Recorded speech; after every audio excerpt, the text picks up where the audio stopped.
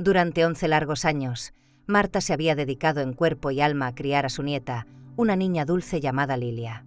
No era así como había imaginado sus años dorados. Para nada. Tras el fallecimiento de su amado esposo, Arturo, había visualizado mañanas tranquilas con una taza de té Earl Grey, cuidando sus rosas, quizás por fin dedicándose a aquel proyecto de punto de cruz que acumulaba polvo en la habitación de invitados. Pero la vida, como suele hacer, tenía otros planes. Su hija, Carolina, la madre de Lilia, siempre había sido un espíritu libre, un torbellino de energía juvenil y un toque de imprudencia. Marta la amaba con fervor, eso ni se cuestionaba. Pero la vida de Carolina había sido una montaña rusa, incluso después de la llegada de Lilia. Entonces, una lúgubre mañana de martes, sonó el teléfono, destrozando la frágil paz que Marta había logrado reconstruir. Carolina se había ido. Un accidente de coche, de esos que lees en el periódico local y niegas con la cabeza, pensando, pobres almas, sin imaginar que podría golpear a tu propia familia. Carolina tenía solo 27 años, aún buscando su camino, y dejaba atrás a Lilia, de 9 años. Marta recordaba recoger a Lilia del colegio aquel día como si fuera ayer. La manita, usualmente tan rápida para alcanzar una galleta o una crayola, se aferró al abrigo de Marta con un agarre que desmentía su pequeño tamaño. Pero sus ojos estaban secos. Ni lágrimas, ni preguntas sobre cuándo volvería su mamá. Solo un silencio profundo e inquietante que resonaba en el tranquilo trayecto en coche de vuelta a la pequeña casita de Marta en Cotswolds. Aquel silencio, pensó Marta, era más ensordecedor que cualquier lamento. A partir de ese momento, Marta se convirtió en mamá de nuevo, quisiera Lilia realmente o no. Y, si era honesta consigo misma, Lilia sobre todo la toleraba. Esa era la palabra más amable para describirlo. Marta se aseguraba de que Lilia tuviera un desayuno caliente cada mañana, le preparaba una fiambrera con esmero y cuando la orientadora escolar lo sugirió, Marta no dudó en concertar terapia.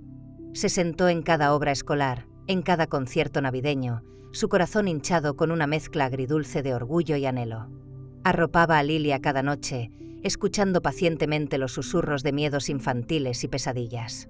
Aún así, Lilia se aseguraba de recordárselo, especialmente durante aquellos turbulentos años de adolescencia. No eres mi mamá, ¿sabes? Cada vez que esas palabras aterrizaban, se sentía como un diminuto fragmento de hielo perforando el corazón de Marta. Pero simplemente ofrecía una sonrisa amable, guardaba el dolor en un rincón de su alma y seguía adelante. Porque eso es lo que hacen las madres, reales o no. Perseveran. Cuando Lilia cumplió 16 años, la gentil tolerancia se transformó en abierta rebeldía. El colegio se volvió opcional en la mente de Lilia, reemplazado por misteriosas salidas con amigos que Marta no conocía. Los toques de queda eran meras sugerencias, recibidas con portazos y un tono venenoso del que Marta nunca creyó capaz a su dulce Lilia.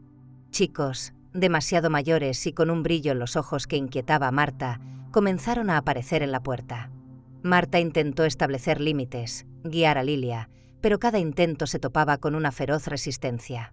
Aún así, Marta se quedó. Le había hecho una promesa a Carolina, un voto silencioso de que siempre estaría ahí para Lilia. Luego llegó la noticia de que Lilia estaba embarazada a los 19 años. Marta fue quien le tomó la mano en la clínica, su propio corazón doliendo con una familiar mezcla de preocupación y amor. El padre, un joven llamado Liam que trabajaba en el pub local, desapareció en el momento en que Lilia se lo contó. Lilia lloró durante una semana, grandes sollozos que desgarraban el interior de Marta. Marta no pronunció un solo «te lo dije». En cambio, preparó infinitas tazas de té de manzanilla, abrazó a Lilia cuando se lo permitió y susurró: «Lo resolveremos, cariño. Siempre lo hacemos». Y lo hicieron. Marta se encontró siendo madre de nuevo, esta vez de un pequeño nieto llamado Finn. Aquel niño, con sus brillantes ojos azules y su risa contagiosa, se convirtió en un faro de luz en un mundo que se había sentido cada vez más oscuro. Su risa resonaba por la vieja casita, ahuyentando parte de la tensión persistente. Durante un tiempo, Marta se atrevió a creer que quizás, solo quizás, Lilia encontraría fuerza y propósito en la maternidad. Se equivocaba. Mientras Finn crecía, un niño feliz y curioso, Lilia parecía alejarse aún más. Mantener un trabajo era una lucha constante. Camarera, dependienta, paseadora de perros. Cada puesto duraba solo unas semanas antes de que surgiera alguna excusa. Un jefe tóxico, horarios injustos, dolor de espalda. Mientras tanto, Marta pagaba silenciosamente las facturas, recurriendo a lo que quedaba de sus ahorros para la jubilación para cubrir las tarifas de la guardería de Finn. Cocinaba, limpiaba, hacía la interminable colada. Cuando Lilia traía a casa una serie de personajes cuestionables, hombres que se quedaban a pasar la noche y dejaban latas de cerveza vacías en el porche, Marta se tragaba su incomodidad. Agitar las aguas, sabía, solo haría que las aguas ya agitadas fueran aún más tormentosas. Pero incluso los barcos más resistentes eventualmente alcanzan su punto de ruptura. Una tarde fresca de otoño, Marta recogió a Finn de su pequeño grupo de juego y la maestra le informó amablemente que Finn había estado golpeando a otros niños. No era la primera vez. La maestra sugirió que Finn podría estar reaccionando a la inestabilidad en casa. Un frío temor inundó a Marta. Sabía lo que eso significaba. Aquella noche, después de que Finn fuera arropado en la cama con su oso de peluche favorito, Barnaby, Marta sentó a Lilia a la mesa de la cocina. Eligió sus palabras con cuidado, su voz suave pero firme. Explicó lo que había dicho la maestra, que Finn estaba mostrando signos de angustia, que algo necesitaba cambiar. El rostro de Lilia se contorsionó como si Marta le hubiera infligido un insulto personal. ¿Crees que eres mucho mejor que yo?, escupió Lilia, su voz cargada de resentimiento. No fuiste una gran madre para Carolina, ¿verdad? Aquello caló hondo, removiendo viejas inseguridades y un dolor tácito. Aún así, Marta mantuvo la compostura. Lilia, dijo con calma, esto no se trata de mí. Se trata de Finn. Necesita que lo pongamos en primer lugar. Estoy dispuesta a seguir ayudando, pero necesitamos algunas reglas, algo de estructura, un plan. Fue entonces cuando Lilia lo dijo, las palabras agudas y desdeñosas. Deja de dar tu opinión.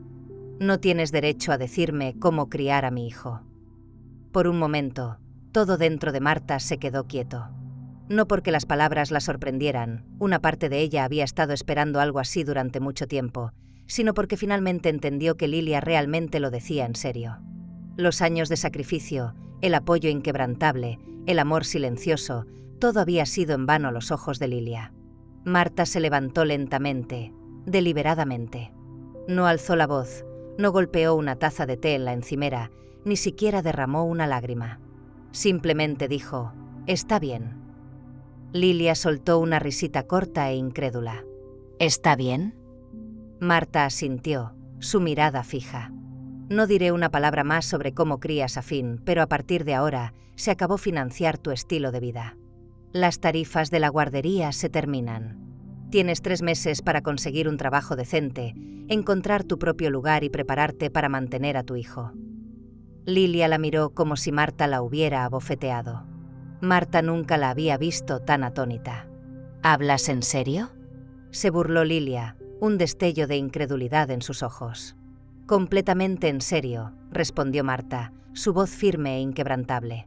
Entonces, sin decir una palabra más, se giró y subió las escaleras, dejando a Lilia sola en la cocina repentinamente silenciosa.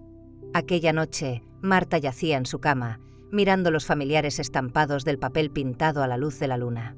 Finalmente había trazado una línea que debería haber trazado hacía años. No era ira lo que sentía, en realidad no. Era algo más profundo, algo parecido a una tranquila determinación. Había terminado. Había una gran diferencia entre estar enfadada y estar acabada.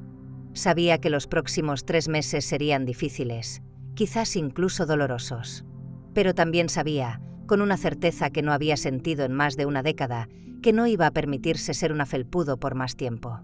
Lo que no sabía, no podía haber previsto, era que esta difícil decisión pondría en marcha la traición más devastadora de su vida. Marta había esperado resistencia, quizás incluso una confrontación dramática. Lo que no esperaba era una completa negación. A la mañana siguiente, Lilia actuó como si nada hubiera pasado. Entró despreocupadamente en la cocina, se sirvió una taza de café, se desplazó por su teléfono y apenas reconoció la presencia de Marta. Marta se sentó frente a la pequeña mesa de la cocina en silencio, bebiendo su té, esperando alguna señal de que Lilia había comprendido la gravedad de su conversación de la noche anterior. Nunca llegó. Pasaron 3 días, luego una semana. No había señales de solicitudes de empleo, ni cambios en la rutina de Lilia. Seguía durmiendo hasta el mediodía, dejando un rastro de platos sucios a su paso, y pasaba horas al teléfono, riendo y susurrando con aquel nuevo tipo, un encantador llamado Blake. Marta aún no lo había conocido, pero había oído lo suficiente de su voz suave y demasiado educada durante las llamadas telefónicas de Lilia. Sonaba ensayado, como si estuviera interpretando la amabilidad en lugar de sentirla genuinamente. Lilia, sin embargo, se iluminaba cada vez que hablaba con él, y eso preocupaba a Marta más de lo que se atrevía a admitir.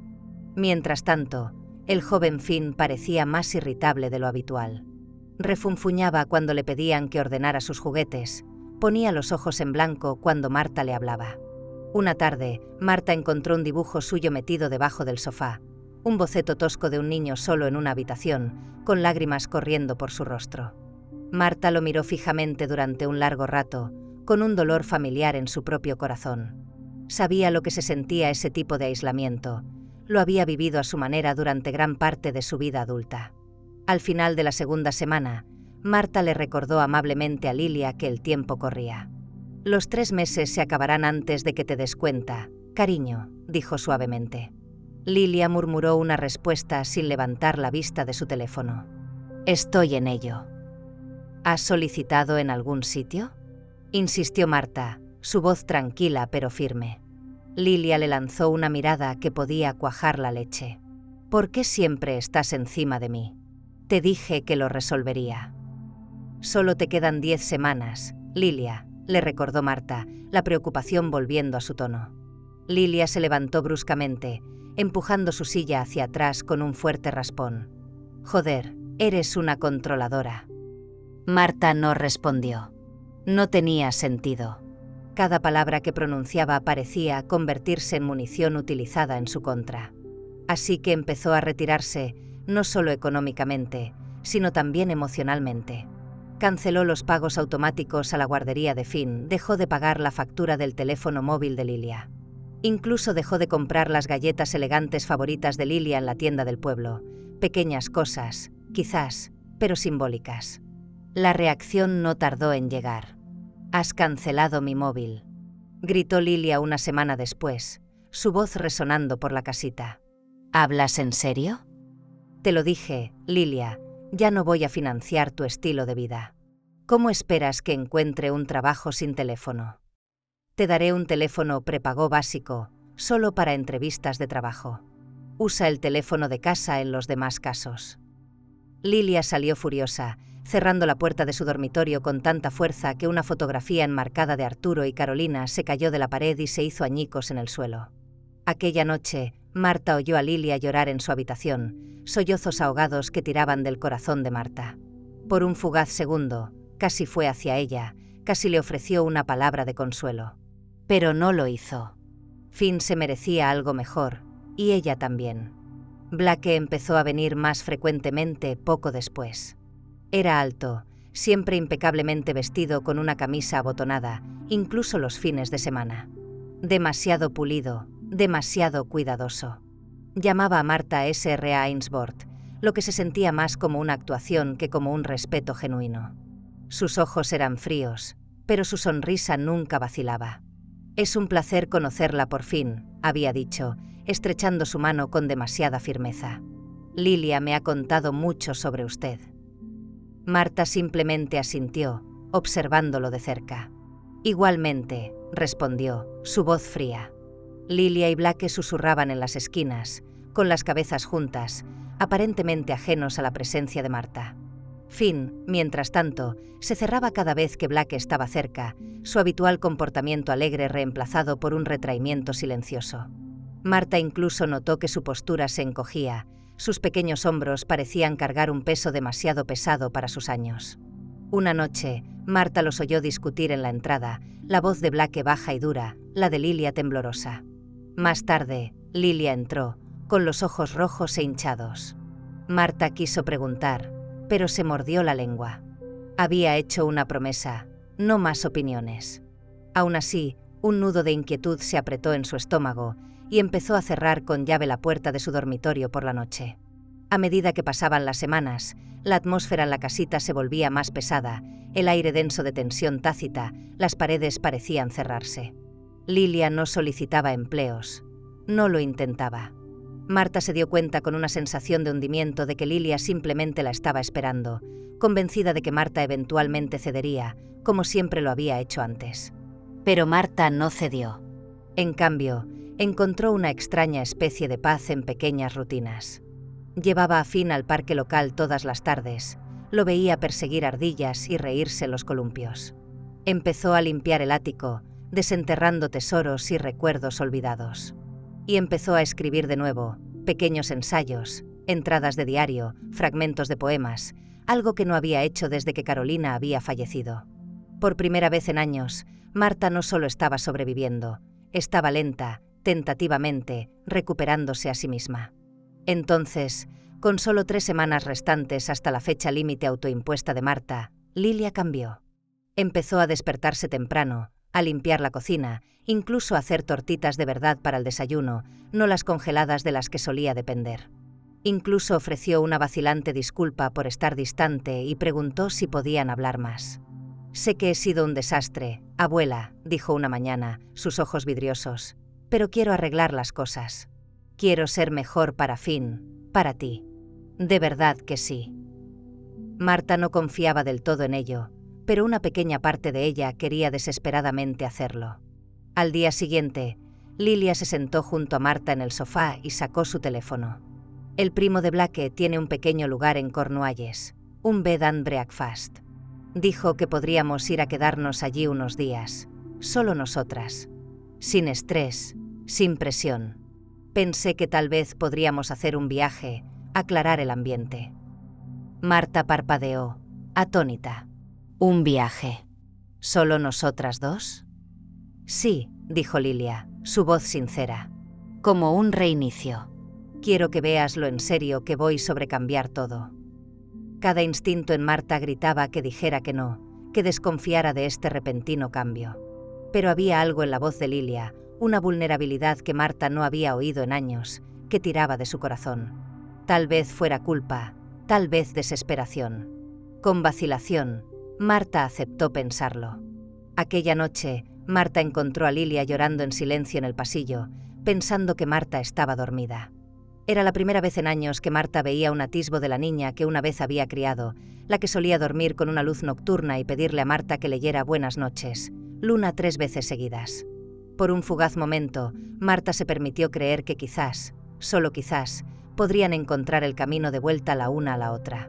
Simplemente no sabía, aún no, que este viaje no era un reinicio en absoluto. Era una trampa.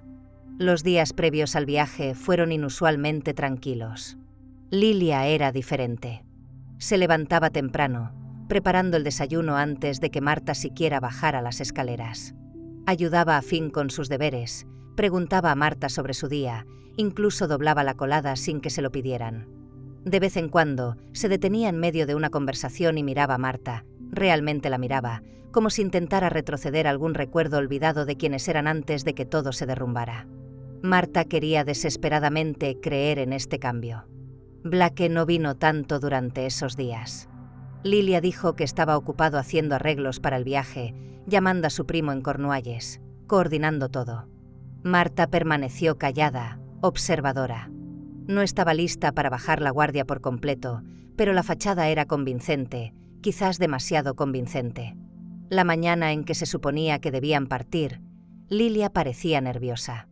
Volvió a revisar sus billetes de tren, volvió a empacar su pequeña maleta 2 veces y siguió preguntando a Marta si se sentía bien, como si estuviera caminando sobre cáscaras de huevo pero tratando de sonreír a través de ello.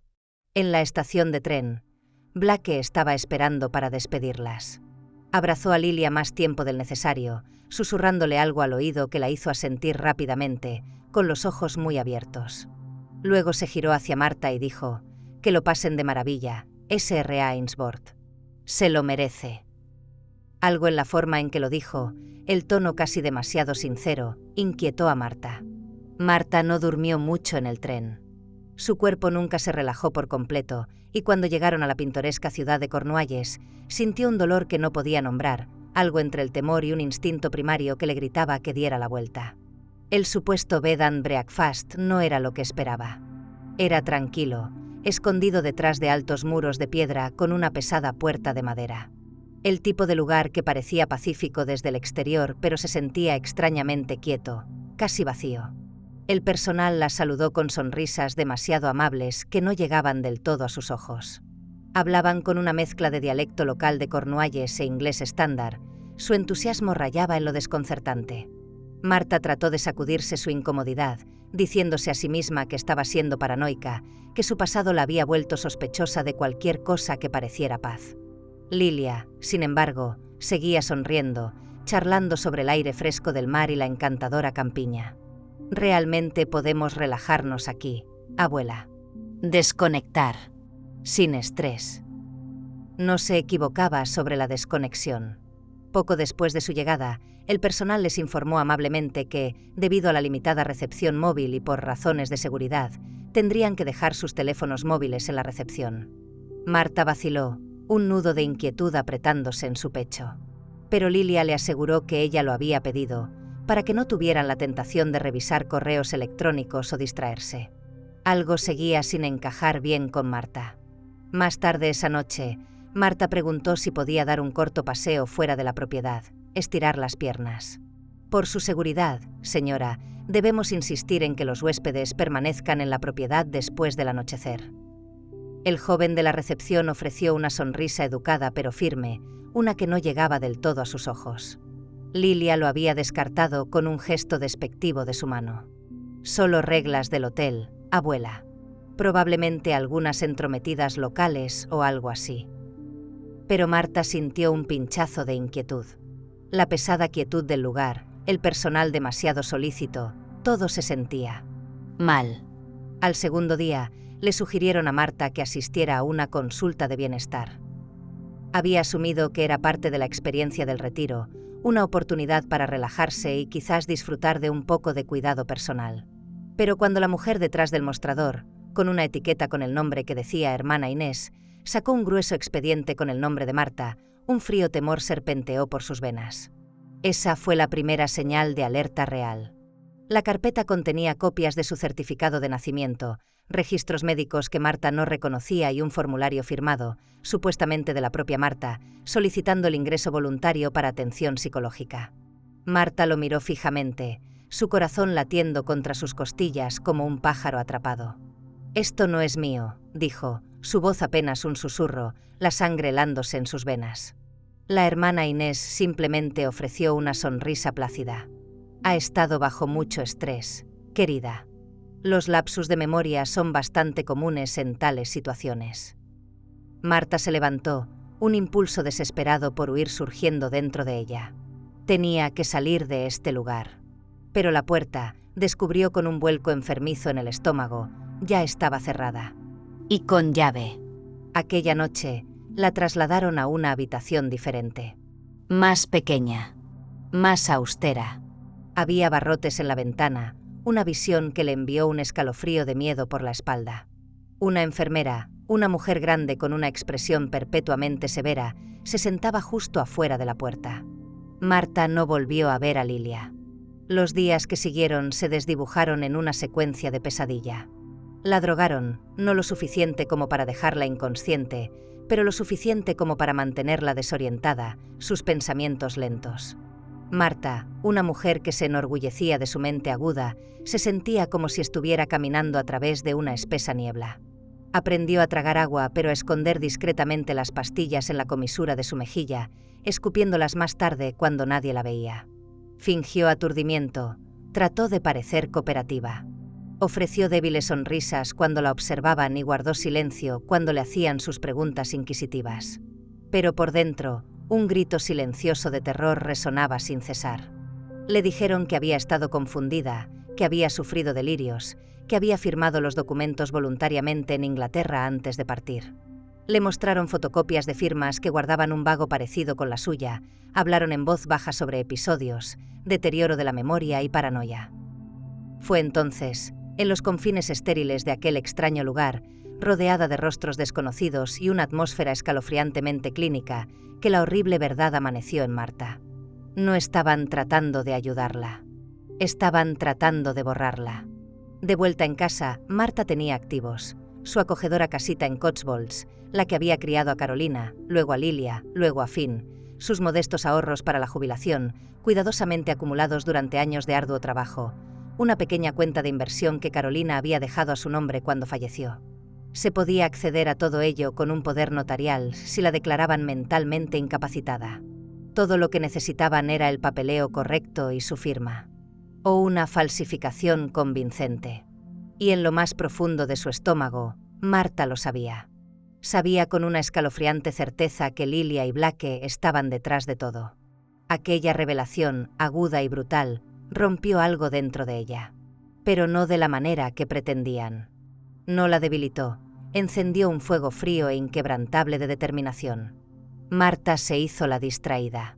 Siguió su juego durante días, tal vez semanas. El tiempo perdió todo significado en aquel entorno estéril. Siguió su rígido horario, asistió a sus sesiones grupales, ofreció débiles sonrisas cuando le hablaban. Y entonces, una tarde, mientras estaba en la pequeña biblioteca escasamente amueblada, una habitación llena de revistas anticuadas y un puñado de libros de bolsillo desgastados, encontró un salvavidas. Un ordenador viejo, apenas funcional pero con acceso restringido a Internet. Le preguntó a la enfermera de guardia, una joven llamada Sara con ojos amables que parecían albergar un atisbo de empatía, si podía escribir una carta para registrar sus pensamientos, cómo animaba el personal. Sara asintió, apenas levantando la vista de su crucigrama. Y así fue como Marta se puso en contacto, no con un abogado ni con una línea de ayuda, sino con Donna Peterson, una antigua colega de sus días como gerente regional de una cadena de salones de té.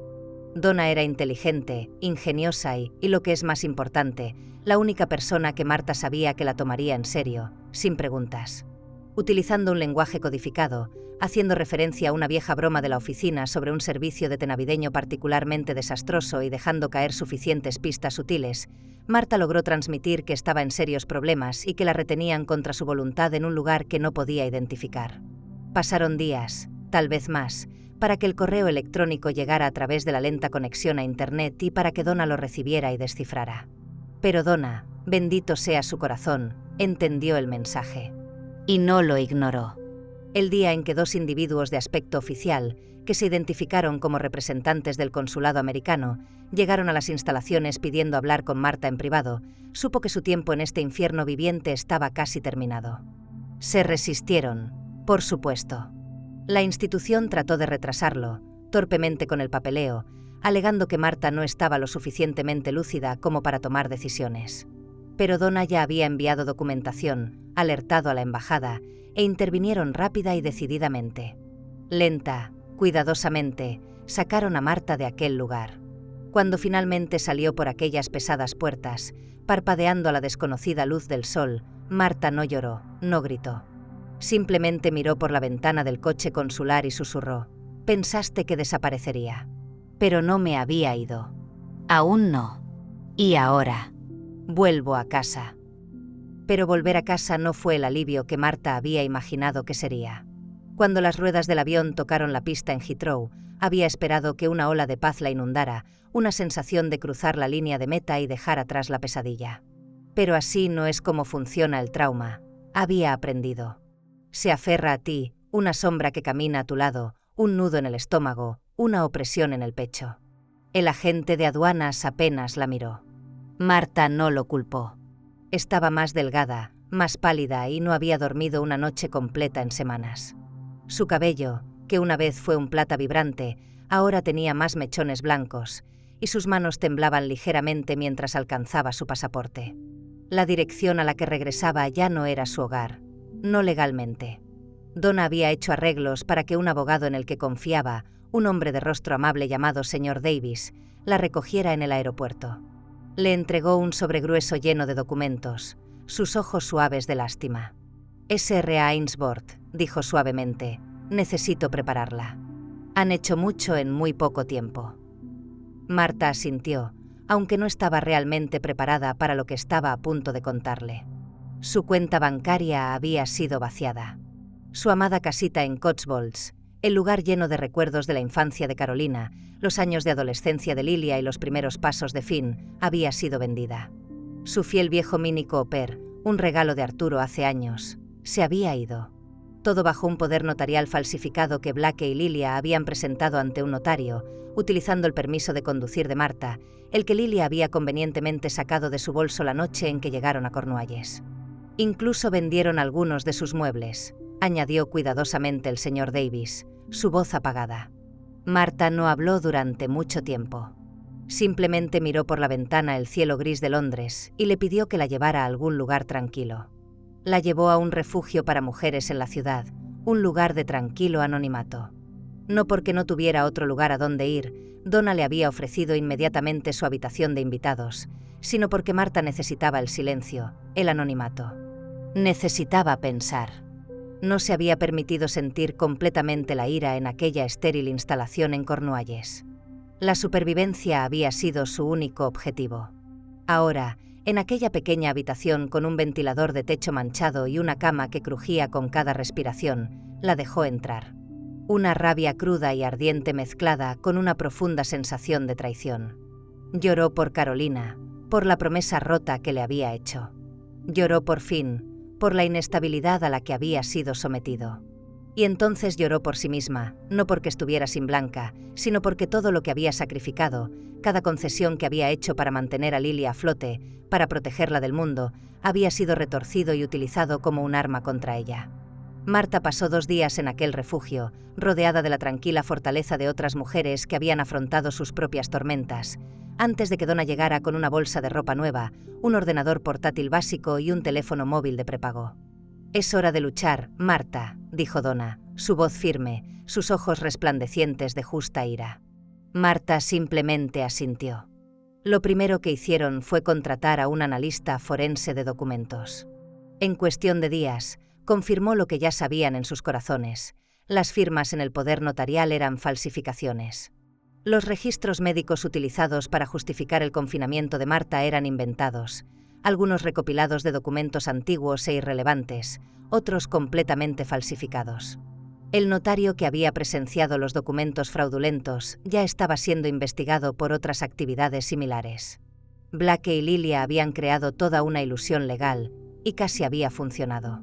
Presentaron una demanda, no solo civil, sino penal: fraude, abuso financiero de una persona mayor, robo de identidad, conspiración.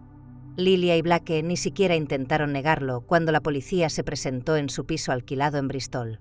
Blake, siempre el charlatán, se derrumbó bajo la presión casi de inmediato. Les dijo a los investigadores que Lilia lo había empujado a hacerlo, que todo había sido idea suya. Pero su rastro de correos electrónicos y mensajes de voz pintaba una imagen diferente. Él se había encargado de la logística, contactado con la instalación en Cornualles, movido el dinero. Lilia fue arrestada un día después fuera de un salón de manicura, su expresión más de molestia que de remordimiento mientras el oficial le leía sus derechos. Era como si Marta fuera la que la hubiera incomodado. El juicio no tardó mucho. Las pruebas eran abrumadoras: los documentos falsificados, las transferencias bancarias, las mentiras del notario, incluso las grabaciones de voz que Donna había recuperado laboriosamente de viejos mensajes de voz que Lilia había dejado en el teléfono fijo de Marta. Ambos fueron declarados culpables, no solo de los delitos financieros, sino de detención ilegal. El hecho de que Marta hubiera sido retenida contra su voluntad en otro país añadió un peso significativo a los cargos. Lilia recibió una sentencia de 5 años con la posibilidad de libertad condicional después de 3. Blake obtuvo 7. Y Finn. El querido pequeño Finn se había estado quedando con una familia de acogida temporal mientras se desarrollaba el caso. A Marta no se le había permitido ningún contacto, no hasta que el tribunal lo revisara todo y determinara que estaba mental y emocionalmente en forma para cuidarlo de nuevo. Marta nunca olvidaría el día en que se presentó ante el juez, con las manos temblando ligeramente, y pidió ser su tutora una vez más. Llevó todo: viejos informes escolares, fotografías, notas de sus profesores, incluso las pequeñas cartas que le había escrito con su letra infantil cuando era más pequeño. Incluso llevó a Barnaby, su amado oso de peluche, un poco desgastado y con un ojo perdido, pero aún una presencia reconfortante. «No quiero reemplazar a su madre, su señoría», había dicho Marta, su voz entrecortada por la emoción, «pero quiero darle algo que ella no pudo, seguridad, estabilidad y amor que no viene con un precio». El juez le concedió la custodia total aquella tarde. Y así, Marta volvió a ser madre. Finn estaba callado cuando volvió a casa a la habitación de invitados de Donna, que había sido preparada con amor para él.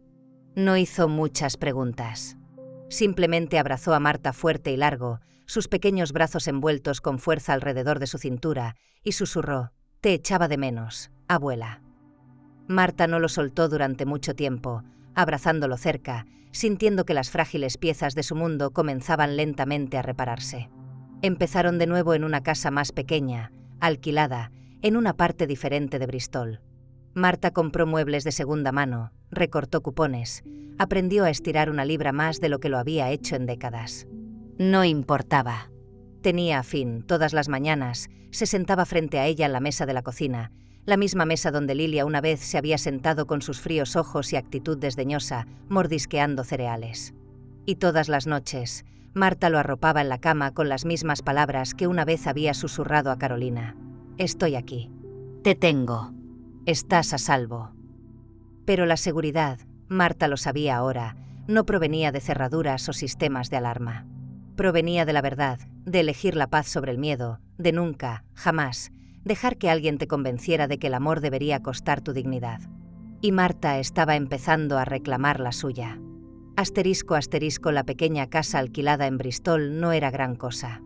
Un asunto de ladrillo de una sola planta con un jardín ligeramente descuidado y una valla tambaleante, carecía del encanto de su casita de Cotswolds. Pero era suya. O mejor dicho, era suya y de Finn, y después de todo la pequeña casa alquilada en Bristol no era gran cosa. Un asunto de ladrillo de una sola planta con un jardín ligeramente descuidado y una valla tambaleante, carecía del encanto de su casita de Cotswolds. Pero era suya. O mejor dicho, era suya y de Finn, y después de todo lo que habían pasado, ese simple hecho tenía un peso inconmensurable. Había un manzano bastante rebelde en el jardín trasero, muy lejos de sus amadas rosas, pero le recordaba su infancia en el norte del estado de Nueva York. La primera semana, Finn y ella recogieron una cesta llena e intentaron hacer crumble de manzana desde cero. Estaba un poco demasiado ácido, pero Finn declaró que sabía a sol de otoño. Marta recordó reírse, una risa genuina, sin cargas, por primera vez en lo que se sintió como una eternidad. Aún así, Marta permaneció vigilante. Observaba todo, cada comportamiento de Finn, cada reacción. Él también había pasado por un trauma, más de lo que su joven mente podía comprender por completo. Una noche, lo encontró de pie en el pasillo, con los ojos muy abiertos, aferrado a Barnaby, su oso de peluche, como si su vida dependiera de ello. Cuando le preguntó qué pasaba, susurró: «¿Blake va a volver?». Marta se arrodilló, lo abrazó cerca y dijo: «No, cariño. Se ha ido. Nadie nos va a hacer daño nunca más». Finn asintió, pero el miedo en sus ojos persistió. Al día siguiente, Marta lo matriculó en la escuela primaria local. No era la academia privada que una vez había imaginado para él, pero el personal parecía amable y había un orientador escolar dedicado. Marta se reunió con la maestra de Finn personalmente, explicándole la situación, la necesidad de apoyo adicional. La maestra había puesto una mano tranquilizadora en el brazo de Marta. «Está haciendo algo extraordinario, Sr. Ainsworth», había dicho. Marta había querido creerle, de verdad. Pero había días en que se miraba en el espejo y veía solo a una mujer que había fallado a su hija, criado a una nieta que la había traicionado y tenía que reconstruir su vida a partir de los fragmentos de memoria y pérdida. Continuó escribiendo en su diario todas las noches, un hábito que había adquirido en aquella estéril habitación en Cornualles. Le ayudaba a organizar el caos en su mente, a recordarse a sí misma que todavía estaba aquí, todavía de pie. Entonces, una mañana fresca de primavera, sucedió algo que la sacudió hasta la médula. Estaba limpiando algunas cajas viejas de un trastero, lo último de sus pertenencias que Donna había logrado rescatar antes de que Lilia y Blake lo vendieran todo, cuando encontró un sobresellado con la familiar letra de Carolina. Marta lo miró fijamente durante 10 minutos completos antes de atreverse a abrirlo. El papel del interior estaba amarillento, arrugado en pliegues ordenados. Reconoció el papel de cartas floral. Provenía de un juego que Marta le había regalado a Carolina para su 21º cumpleaños. No era una carta larga, pero fue suficiente para abrir las paredes cuidadosamente construidas alrededor del corazón de Marta. Carolina la había escrito solo unos meses antes del accidente. Nunca la había enviado por correo.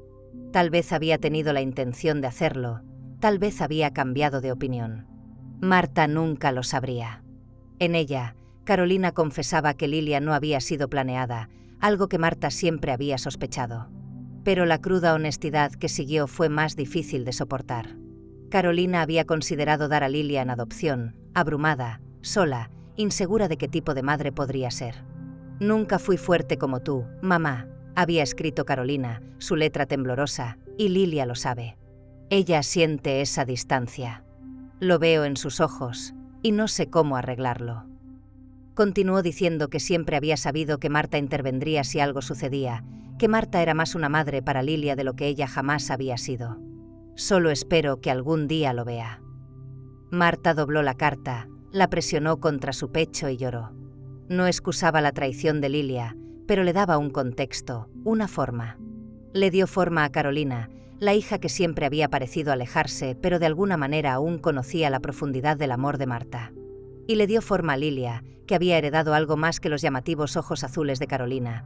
Había heredado su dolor, su confusión, un legado de mujeres que nunca habían aprendido del todo cómo recibir amor sin rechazarlo.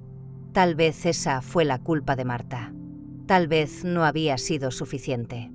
O tal vez había tratado demasiado de ser todo, sin dejar espacio para que Lilia se convirtiera en sí misma. Aquella noche, Marta colocó la carta en el cajón de la mesita de noche. No se la mostró a Finn, aún no.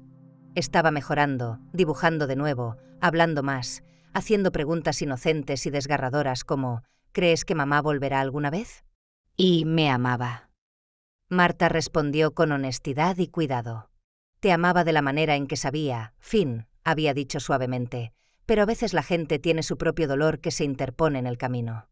No significa que fuera tu culpa. Nunca lo fue». Finn había sentido lentamente, y Marta había visto que algo en sus pequeños hombros se suavizaba. Estaban sanando, lentamente, como viejas heridas aprendiendo a no doler con el clima. Aún así, una parte de Marta no podía dejarlo ir por completo. Lilia seguía en prisión. Marta no le había escrito, no había respondido a la única carta que Lilia había enviado. Una disculpa llena de vago remordimiento y una solicitud de actualizaciones sobre Finn. Marta la guardó en el mismo cajón que la carta de Carolina. Algunas noches, se acostaba en la cama y se preguntaba qué tipo de mujer podría haber sido Lilia si las cosas hubieran sido diferentes, si Carolina hubiera vivido, si Marta hubiera sido más dura, más suave, si el amor simplemente hubiera sido suficiente. Pero esas eran preguntas que no llevaban a ninguna parte. Lo que Marta sabía ahora era esto. Había sobrevivido a la traición, había sobrevivido al exilio y había caminado a través del fuego, no con rabia, sino con una tranquila resolución. Lilia pudo haber tratado de borrarla, pero Marta todavía estaba aquí. Y aún no había terminado. El tiempo pasó con un ritmo extraño y desigual después del juicio. Algunas semanas se sintieron como un torbellino de almuerzos escolares, citas de terapia para Finn e interminables listas de compras. Otras se prolongaron indefinidamente, especialmente cuando el silencio en la pequeña casa le recordaba a Marta todo lo que habían perdido. Finn se adaptó más rápido de lo que Marta se había atrevido a esperar. Los niños, se dio cuenta, poseían una resistencia de la que los adultos a menudo carecían. Empezó a hacer amigos, su risa resonando por la casa una vez más. Sus profesores enviaron a casa informes brillantes elogiando su progreso. Pero Marta todavía lo sorprendía mirando por la ventana a veces, con los labios apretados como si intentara comprender un recuerdo justo fuera de su alcance, un recuerdo sin palabras. No preguntó mucho sobre Lilia después de aquella avalancha inicial de preguntas. Parecía aceptar, con una tranquila comprensión que desmentía su edad, que ahora solo eran ellos dos. Marta, por otro lado, no podía evitar pensar en Lilia todos los días. Estaba en prisión, y Marta no podía decidir si ese pensamiento le traía consuelo o una extraña sensación de inquietud.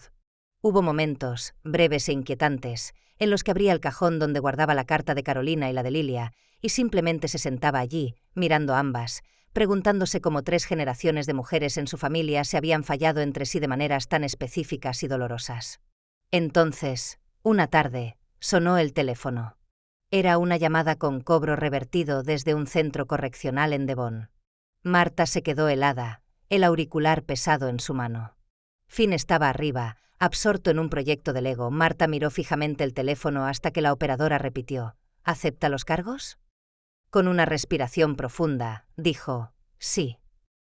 La voz de Lilia se quebró en cuanto dijo: ¿Abuela? Marta no respondió de inmediato. Podía oír el eco de la respiración de Lilia en la línea, casi podía imaginarla en una habitación estéril, con la mano agarrando el teléfono de plástico. Sé que soy la última persona de la que quieres saber, continuó Lilia, su voz temblorando ligeramente. Pero por favor, solo quería saber cómo está Finn. Marta permaneció en silencio. Pienso en él todos los días, continuó Lilia. Sé que no merezco nada, pero necesitaba llamar. Solo para decir: lo siento. Ahí estaba de nuevo, aquel mismo remordimiento cuidadosamente medido de su carta. No sonaba ensayado, pero tampoco se sentía completo. No solo me hiciste daño a mí, Lilia, dijo Marta en voz baja, su voz firme a pesar del temblor en sus manos. Trataste de borrarme. Lo sé, susurró Lilia, la admisión apenas audible. Estaba desesperada. Fui estúpida. Blake hizo que todo sonara tan fácil. Como si nadie saliera herido. Marta soltó una risita corta y amarga. ¿De verdad creíste eso? No, admitió Lilia, una cruda honestidad invadiendo su voz. Pero quería hacerlo.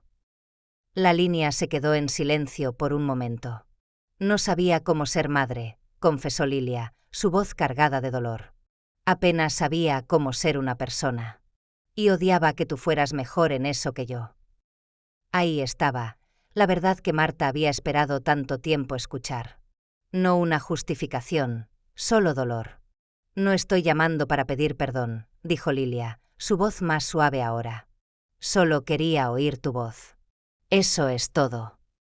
Marta no le contó sobre la carta de Carolina, que su propia madre había escrito algo casi idéntico años antes de su muerte, que este ciclo de abandono y resentimiento había estado girando mucho antes de que Lilia hubiera cogido un bolígrafo o Blake hubiera susurrado sus ideas venenosas en su oído. En cambio, Marta dijo: Finn está a salvo. Está feliz. Está bien. Lilia lloró entonces, sollozos suaves y apagados que tiraron de algo profundo dentro de Marta. Marta no se unió a ella. Escribiré, si está bien, dijo Lilia finalmente. Lo leeré, respondió Marta, sin ofrecer promesas más allá de aquel simple reconocimiento. Cuando terminó la llamada, Marta se quedó en la cocina durante mucho tiempo, el silencio de la casa apretándola a su alrededor. Más tarde aquella noche, se sentó con Finn en el sofá, un documental de naturaleza reproduciéndose suavemente en la televisión. Él se acurrucó contra ella, con la cabeza apoyada en su hombro, y Marta pasó sus dedos por su cabello, tal como solía hacer cuando era un niño pequeño. No sabía nada de la llamada, aún no. Pero Marta sabía que un día le contaría la verdad, toda ella. Se merecía eso. Estaban construyendo algo juntos, algo honesto y nuevo, y Marta no iba a dejar que los fantasmas de su pasado los atormentaran en silencio de nuevo. Al día siguiente, Marta sacó un cuaderno nuevo y comenzó a escribir todo. Su historia, la historia de Carolina, la historia de Lilia. No por lástima, no por venganza, sino por fin, para que un día, cuando tuviera la edad suficiente para hacer las preguntas difíciles, no tuviera que adivinar las respuestas. Sabría exactamente quiénes eran y cómo habían sobrevivido. La primera carta de Lilia llegó 2 semanas después, con matasellos del Centro Correccional de Mujeres. Un sobre blanco liso con tinta corrida.